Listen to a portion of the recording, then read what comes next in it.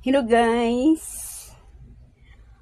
Alam nyo guys, ang hirap pala maging kusinera.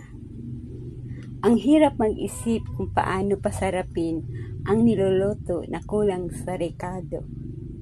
Pero sabi nila, masarap daw ang niluluto kahit kulang sa rekado kung kakantahan. Try ko nga guys, kumanta. Kayo na lang ang mag-adjust ha. Pagpasensyahan nyo na po ang boses ko. Okay, ito na oh. First time ko to gagawin dito kay Lolo Whitey. Isang bagsak. Paano ang puso ko kung wala ka? Mangangarap lang ba ng mag-isa?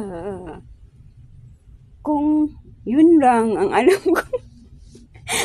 Ay nako, pasensya na po, yun lang.